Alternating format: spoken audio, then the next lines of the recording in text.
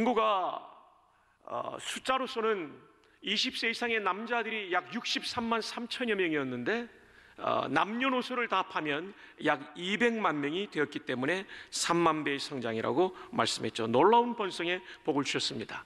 자, 이 숫자가 얼마나 많은 숫자인가를 비교하기 위하여 조선 왕조 창건 시기에 이 조선의 한반도에 살고 있던 우리 조상들의 인구, 그 숫자를 제가 말씀을 드렸습니다. 조선왕조 창건은 1392년이었습니다. 그리고 그때 인구가 397만 명으로 추정된다고 말씀드렸습니다. 397만 명, 넉넉하게 잡아서 400만 명이고, 그리고 이 출애굽 당시의 인구는 200만 명입니다. 이들의 시간의 갭, 시간의 차이가 얼마냐면 1392년에다가 출애굽 연도 BC 1446년을 더하면 약 2838년, 그냥 막 쉽게 기억하기 위해서 3000년의 시간의 갭이 있었어요. 3000년 전에 200만 명, 3000년 후에 우리 조선 왕국이, 조선 왕조의 인구가 400만 명. 그러니까 3000년 전에 200만 명이 얼마나 많은 숫자였는지를 우리는 알 수 있는 것이죠. 자, 이것을 바라보는 애굽 왕은 위기의식을 느끼지 않을 수 없었습니다.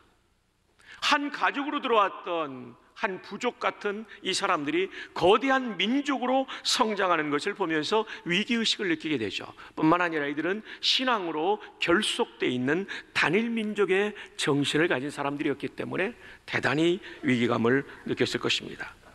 뿐만 아니라 민족적인 이질감, 그리고 히브리 민족과 같은 인종인 셈족의 침공을 받아 200년 동안 통치를 받은 경험이 있는 애굽의 역사를 볼 때, 지금 함족 왕조인 애굽 본토 민족의 입장에서 볼 때는 대단한 위기감을 가질만 했던 것이죠.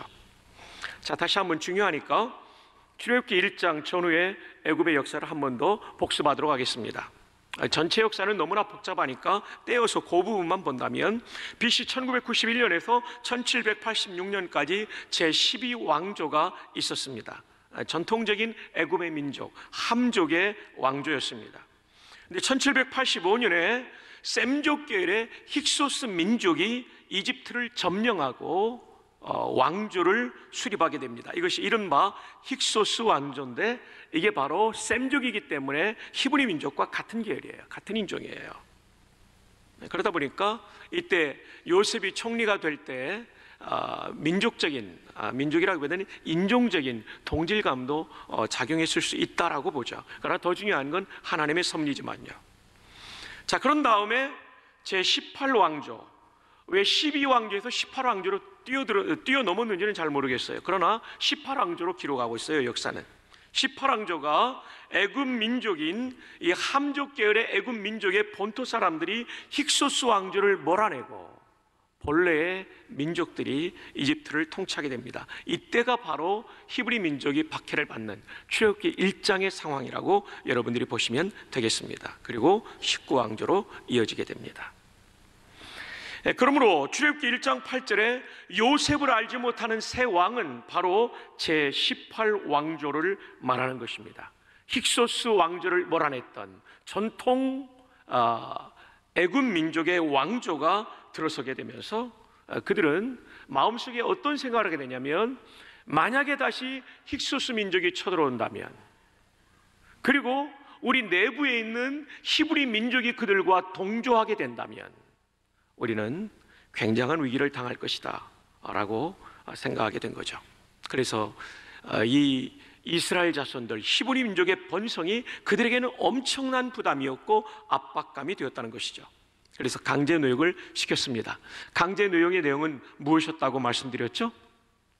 성을 짓는 것이었습니다. 국고성이라고 하는 것은 무기와 식량을 저장해 놓는 성이었습니다. 변방에, 그리고 전략적 요충지에 국고성을 짓게 되는데, 무려 2개의 국고성을 한꺼번에 축성함으로 이들은 이 축성의 노동력을 히브리 민족으로 동원함으로써 히브리 민족을 괴롭히게 된 것입니다. 왜 괴롭힐까요? 고대에 장비가 많지 않던 시절에 성을 쌓는다는 얘기는 성을 쌓다가 무거운 건축자재에 의해서 죽는 사람도 나오고 불구의 몸을 입게 되는 사람도 나오고, 그리고 고단하고 피곤한 삶을 사니까 자연스럽게 아이를 낳을 여유가 없게 되니까 자연스럽게 히브리 민족의 숫자를 줄일 수 있다라고 생각한 거죠. 그런데 놀라운 일이 벌어지죠. 어제 본문입니다. 자, 출애굽기 1장 12절 함께 한번 읽어주십시오. 시작.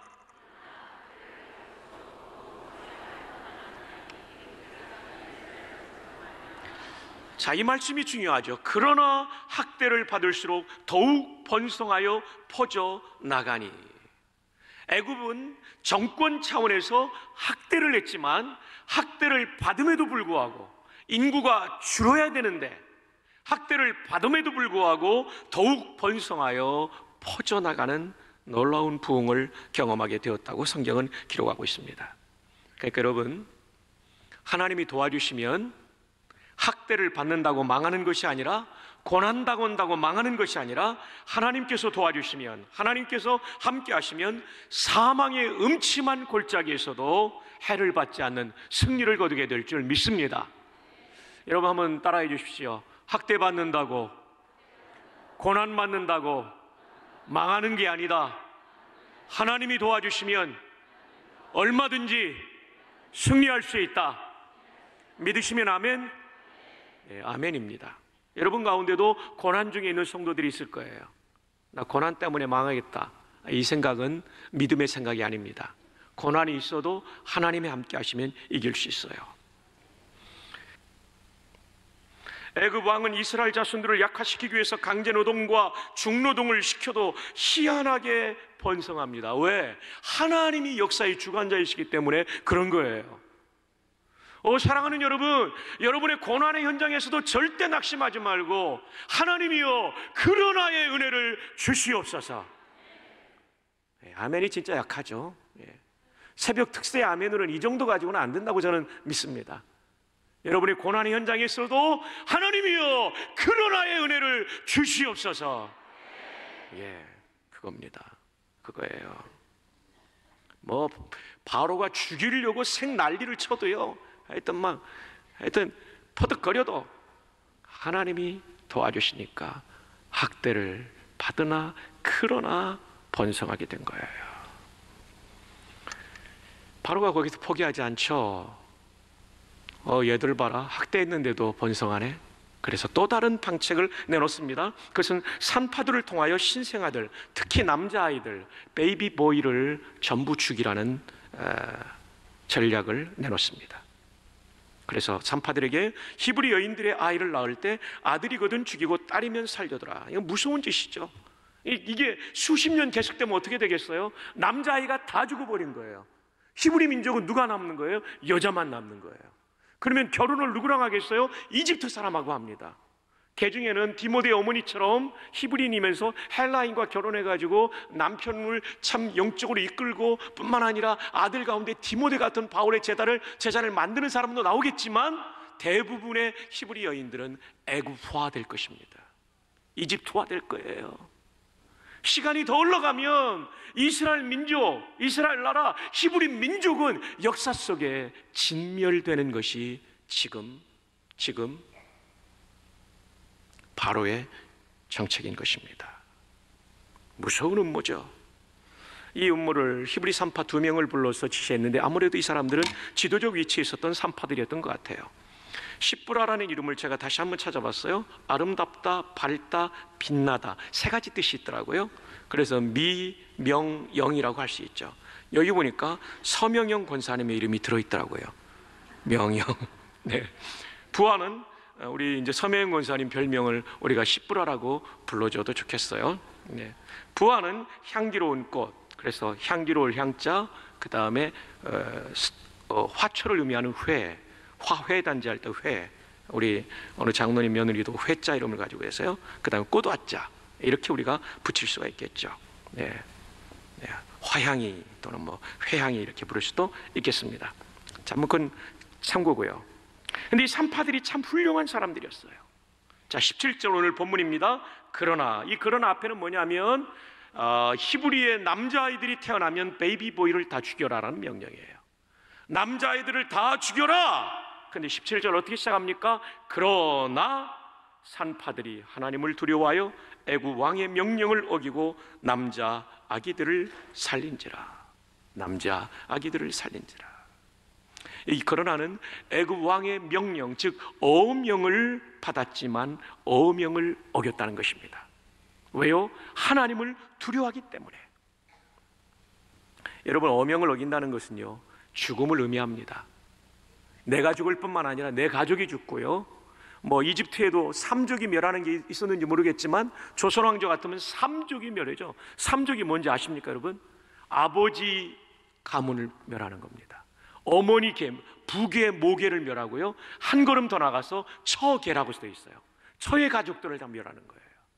이거 엄청난 겁니다. 엄청난 거. 그러니까 지금 이런 무시무시한 대가를 치러야 되는 일을 지금 이 여인들이 저지르고 있는 것입니다. 대단한 거죠. 굉장한 도전이죠. 그 이유가 무엇입니까? 17절에 나옵니다. 하나님을 두려워하여. 21절에는 하나님을 경외하여. 여러분, 경외라는 얘기는 공경하면서 두려워하는 거죠. 공포는 그냥 무서움과 두려움이에요. 공포와 다른 차원. 하나님이 지극히 높으신 창조주시고 만왕의 왕이시기 때문에 존경하면서도 감히 범접할 수 없는, 나는 죄인이고 유한한 피조물이기 때문에 그분에 대한 두려움, 존경의 두려움이 있을 수 있는 것이 경외죠. 여러분, 여기서 중요한 질문을 여러분에게 던지려고 합니다. 하나님을 경외하는 것의 반대가 뭐라고 생각하십니까? 저는 묵상하면서 무시라고 생각합니다. 하나님을 경외하는 사람은요, 하나님을 존경하며 공경하며 두려워하기 때문에 하나님의 시선을 의식합니다. 그리고 하나님의 평가가 어떻게 내려질까를 생각하면서 생각하고 말하고 행동합니다. 그러나 경외하지 않는 사람은요, 하나님이 없는 것처럼 무시하고 살아갑니다. 그래서 경외의 반대는 무시예요. 여러분, 생각해 보십시오. 여러분은 하루를 살아가면서 하나님을 경외하십니까? 하나님을 무시하십니까? 하나님이 없는 것처럼 말하고 하나님이 없는 것처럼 생각하고 하나님이 없는 것처럼 행동할 때가 우리에게는 있지 않습니까? 우리의 신앙에 살아계신 하나님에 대한 경외감이 회복되기를 주님의 이름으로 축복합니다. 신년 벽두에 우리의 신앙이 새로워진다는 것은 하나님을 무시하는 인생이 아니라, 하나님이 없는 것처럼 사는 인생이 아니라 살아계신 하나님을 의식하며 그분을 공경함으로 두려워하는 신앙인 줄로 믿습니다. 자, 이제 이 본문을 들여다보는 각도를 좀 바꿔봅시다. 이 산파들을 보시던 하나님의 시선을 한번 읽어보도록 합시다. 얼마나 기쁘셨을까요? 절대 권력자인 애굽 왕 앞에서, 절대 권력자인 애굽 왕 앞에서 하나님을 애굽 왕보다 더 두려워하는 그 태도가 대단히 기쁘셨을 거예요. 한 걸음 더 나간다면 죽을 각오하고 하나님을 따라가고 있는 모습을 보는 거예요. 삼족이 멸망당할, 멸문지화의 그 어려움을 당할 각오를 하고 지금 하나님을 따라가고 있는 거예요. 참, 하나님 대접을 제대로 하고 있는 산파들이죠. 하나님을 일개 한 나라의 왕보다 못한 존재로 여기는 것이 아니라 강대국이었던 애굽의 왕보다 지극히 높으신 하나님으로 믿고 하나님의 언약의 백성들을 지키고 있는 이 여인들, 하나님에게는 정말 기쁨이 되었을 거예요. 지금 이 여인들은 목숨을 걸고 하나님을 경외하고 있습니다. 한 번 더요. 여인들은 목숨을 걸고 하나님을 경외하고 있어요. 여러분, 기억하십시오. 경외라는 단어는 찬송가의 가사로만 등장해서는 안 됩니다. 경외라는 단어는 목사의 강론의 한 단어로만 픽업되어서는 안 됩니다. 경외라고 하는 단어는 우리의 삶 속에서 나타나야 되는 것입니다. 하나님의 뜻을 이루기 위하여 경외하기를 바랍니다. 하나님의 언약 백성의 공동체인 교회를 지키기 위하여 목숨 걸고 하나님을 두려워함으로 말하고 행동하고 충성하는 우리가 되기를 바랍니다. 이게 경외예요. 경외는 삶의 현장에서 살아계신 하나님을 공경하며 두려워하기 때문에 행동하는 게 경외예요. 행동하는 게 경외예요. 그 행동 가운데 목숨을 걸어야 된다면 목숨까지 거는 게 진짜 경외입니다. 이 산파들은 죽음을 무릅쓰고 남자아이들을 살리는 것이죠. 이게 바로 제자의 모습이에요. 어제의 말씀은 똑같은 그러나인데 어떤 그러나냐면 하나님께서 일으키신 그러나예요. 근데 오늘 말씀은 성도의 그러나예요. 성도의 그러나. 그죠? 네. 어제 말씀은 학대를 받지만 하나님이 그들을 살려서 번성케 했다면, 오늘은 산파들이 왕의 명령을 받았음에도 그러나 남자아이들을 살리는 성도의 그러나예요. 우리는 하나님께서 해주시는 그러나만 기다리면 안 된다는 것입니다. 내가 목숨 걸고 그러나 하고 죄와 하나님의 교회를 허물어뜨리려고 하는, 또 내 인격과 내 가정을 허물어뜨리려고 하는 그것들로부터 지키기 위하여 나를 던지는 그러나가 있기를 바랍니다. 그게 제자의 삶이에요. 오늘 성경에 그 유명한 애굽왕의 이름은 나오지 않습니다. 대신 산파들의 이름이 나옵니다. 유명하기로는 그 당시에 애굽왕이 훨씬 더 유명했을 거예요. 신문의 헤드라인에 애굽왕의 이름이 여러 번 등장했겠고, 그리고 뉴스마다 프라임타임 뉴스 시간에 이 사람의 얼굴이 등장했을 거예요. 그런데도 그의 이름은 성경에 단 한 번 나오지 않습니다. 그렇지만 산파들의 이름이 나와요. 왜 그렇습니까? 하나님께는 애굽 왕이 중요한 게 아니라 산파가 훨씬 더 중요합니다. 하나님은 세상에 좋은 직업을 가졌다고 중요하게 여기지 않습니다. 좋은 외모를 가졌다고 하나님께서 그거 가지고 감동받지 않습니다. 하나님은 언제 감동을 받냐면 진정 경외함으로 목숨 건 제자의 삶을 살 때 감동을 받습니다. 그래서 이 두 여인의 이름이, 시브라와 부하의 이름이 기록된 거예요. 2018년도 우리가 하나님을 진정 경외함으로 하나님 앞에 소중하게 기억되는 성도들이 될 수 있기를 주님의 이름으로 축복합니다. 자, 그렇다면 이들의 이 목숨 건 헌신의 결과는 어떻게 되었을까요? 자, 20절 함께 한번 읽어주시기 바랍니다. 시작.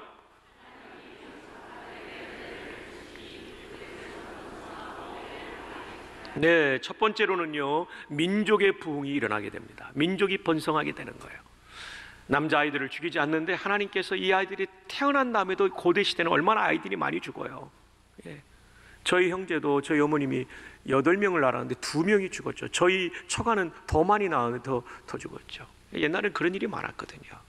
그럼에도 불구하고 산파가 살렸을 때 하나님께서 이 어린아이들이, 신생아들의 생명력을 강력하게 해줘서 더욱 번성하게 되었다는 거죠. 결국 목숨 건 헌신을 통해 언약 공동체를 살리셨습니다. 여러분의 희생적인 헌신을 통하여 언약 공동체, 이 시대의 언약 공동체인 교회가 부흥하기를 주님의 이름으로 축복합니다. 우리의 목표는 항상 생존이 아니라 부흥이 돼야 돼요. 영어로 말하면 서바이벌이 아니라 리바이벌이 돼야 돼요. 우리 교회는 정체된 교회가 아니라 끊임없이 리바이벌하는 교회가 되기를 바랍니다. 예배당에 들어오는 사람들마다 하나님의 영광의 임재를 경험하고 침잠해 있던 영혼이 부흥하기를 바랍니다. 영혼이 살아나고 인생이 살아나기를 바라고, 교회적으로도 더 많은 사람이 구원받는 그런 부흥의 공동체가 되기를 주님의 이름으로 축복합니다. 서바이벌, 생존을 넘어 리바이벌, 부흥으로 나가야 됩니다. 자, 이렇게 민족적 부흥을 주신 하나님은 산파의 가정에도 은혜를 주십니다. 1장 21절입니다. 자, 다 함께 읽어요. 시작. 그 산파들은 하나님을 경외하였으므로 하나님이 그들의 집안을 흥왕하게 하신지라. 민족만 아니라 산파들의 집안까지도 흥왕케, 부흥케 해주셨다고 말씀합니다. 그러나 여러분, 이 사실을 오해하지 마십시오. 우리가 죽을 각오로 제자의 길을 걸어가면 다 이렇게 집안이 흥왕케 된다. 그것은 성경을 부분적으로 이해한 것입니다. 여러분, 솔라 스크립트라도 중요하지만 토타 스크립트라가 중요합니다. 솔라 스크립트라는 오직 성경이고요, 토타 스크립트라는 전체 성경을 말해요. 성경을 해석할 때 성경 전체를 보면서 해석해야 되죠. 여러분, 정말 하나님을 위해서 목숨 걸고 복음을 전했던 구약의 선지자들 가운데 돌에 맞아 죽은 사람, 톱에 켜 죽은 사람, 뜨거운 가마 속에 들어가 죽은 사람들이 있어요. 목숨 걸고 헌신해도 고난의 생애를 살다가 마칠 수도 있다는 것입니다. 아니, 예수님의 12 사도들을 보십시오. 그들은 목숨 걸고 주님을 따랐지만 순교의 잔을 대부분 마셨습니다. 히브리서 11장을 보십시오. 딱 두 가지로 나누어집니다. 믿음으로 승리하고 믿음으로 세상적인 성공까지 거둔 사람이 있다면, 믿음으로 유리하며 믿음으로 가난하고 양의 가죽을 뒤집어 쓰고 숨어 다니는 가난과 핍박을 당한 사람들이 있어요. 똑같이 믿음으로 살았지만 한 사람은 부와 명성까지도 가지고 왔던 사람이 있다면, 똑같이 믿음으로 살았지만 핍박과 학대와 실패를 경험하며 산 성도가 있었다는 것입니다. 그래서 인생의 실패가 믿음이 없다는 증거는 아닙니다. 믿음을 가지고도 우리는 세상 사람들이 볼 때 고난의 생애를 살아갈 수가 있어요. 하나님은 그것을 중요하게 여기는 것이 아닙니다.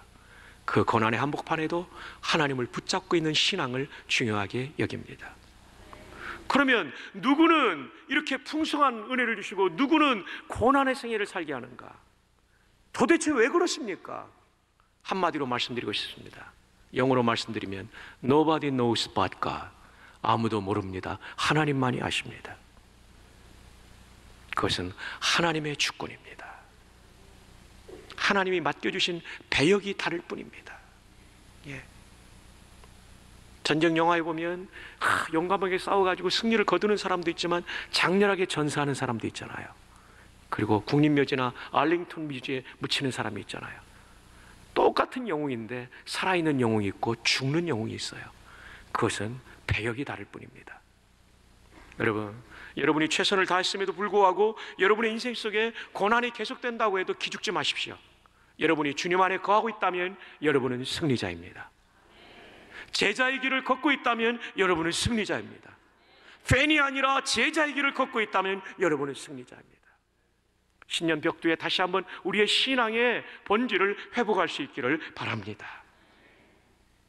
이제 말씀을 맺습니다. 오늘 말씀은 위협을 받아도 굴하지 않고 하나님을 경외함으로 남자아이들을 살린 산파들의 이야기입니다. 오늘 말씀의 제목이 위협을 받으나였습니다. 위협을 받으나 그러나 라고 말하는 거죠. 이것을 오늘 우리의 삶에 적용한다면 첫 번째, 팬이 되지 말고 제자가 되시기를 바랍니다. 아멘. 그리고 제자가 되었다는 얘기는 와서 죽으라는 얘기입니다. 죽을 각오로 주님 따라가는 우리가 되기를 바랍니다. 그래서 여러분, 세상과 타협하지 말고요, 좀 세상 속에서 노를 할 수 있는 그리스도인이 되어야 돼요. 이거 잘못된 겁니다. 이거 고쳐야 됩니다. 이 얘기를 할 수 있어야 된다는 거예요. 두 번째, 이 산파들은 죽이라는 말 앞에 살인을 하지 않죠. 하나님의 뜻을 따릅니다. 세 번째, 비인간적인 일을 하지 않습니다. 지금 갓 아기를 낳은 엄마 앞에서 남자 아들을 죽이라는 거 얼마나 비인간적입니까? 여러분, 비인간적인 일 하지 마십시오. 네 번째, 마지막입니다. 언약 공동체를 죽이는 일을 하지 마십시오. 여러분, 기질적으로 비판의 정신이 강한 분들이 있을 수 있어요. 어떤 목사님 말하기를 어떤 사람은 비판의 영이 충만하다라고 말하는 분들이 있어요. 예. 특별히 조심하십시오. 여러분의 그 비판이 수많은 사람의 희생과 땀과 눈물 가운데 세워진 교회를 어렵게 할 수 있어요. 자, 이거는 경고라고 말해도 좋을 것 같아요. 여러분에게 경고합니다. 교회를 위해서 말을 아끼십시오. 그리고 추측을 가지고 말하지 마십시오. 앞으로도 여러분의 입을 열어 루머를 퍼뜨리는 그런 악한 일들, 마귀적인 일들 하는 사람이 있으면 절대 안 돼요. 특별히 중직자들 정신 바짝 차리고 여러분은 이 산파들처럼 살아야 돼요. 산파들처럼. 내가 죽기 위해서 왔다, 내가 죽음으로 교회를 지킨다, 이런 정신이 있어야 돼요. 아멘입니까? 예. 에이구, 아멘이 그거밖에 없는데 죽겠다. 안 죽어요, 그렇게 가지고는. 중직자들 특별히 정신 차리고 죽을 각오로 교회를 사랑하기를 바랍니다. 그거 하라고 임직한 거예요. 그거 하라고 장로된 거고, 그거 하라고 안수입사되고, 그거 하라고 권사된 거지. 죽는 순서예요. 제일 먼저 죽는 사람이 목사고요, 그 다음 장로님들이에요. 새벽에 나와서 죽도록 기도해야 될 분들이 장로님들이에요. 대표기도 하려면 일주일은 새벽기도 나와서 눈에 눈물이 적셔야 그 기도가 하나님 앞에 상달되지 않겠습니까? 안수집사님들도 마찬가지입니다. 주일날 이 자리에 서서 기도하는데 새벽기도 한 번 안 하고 기도한다는 게 말이 됩니까?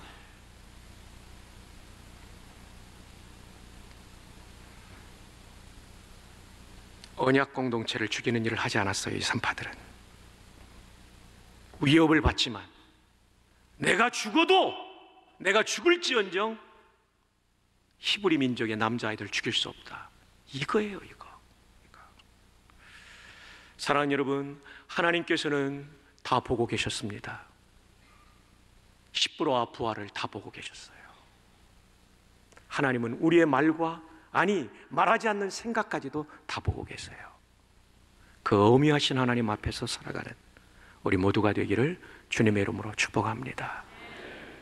그런 위협 가운데도 그러나의 신앙 가지고 살 때 그 사람이 하나님께서 쓰시는 사람이고, 그 사람을 통해서 구원 역사는 이루어져 가고, 그 사람을 하나님이 복 주시고 하나님이 쓰세요. 우리 모두가 그런 사람 되기를 주님의 이름으로 축복합니다.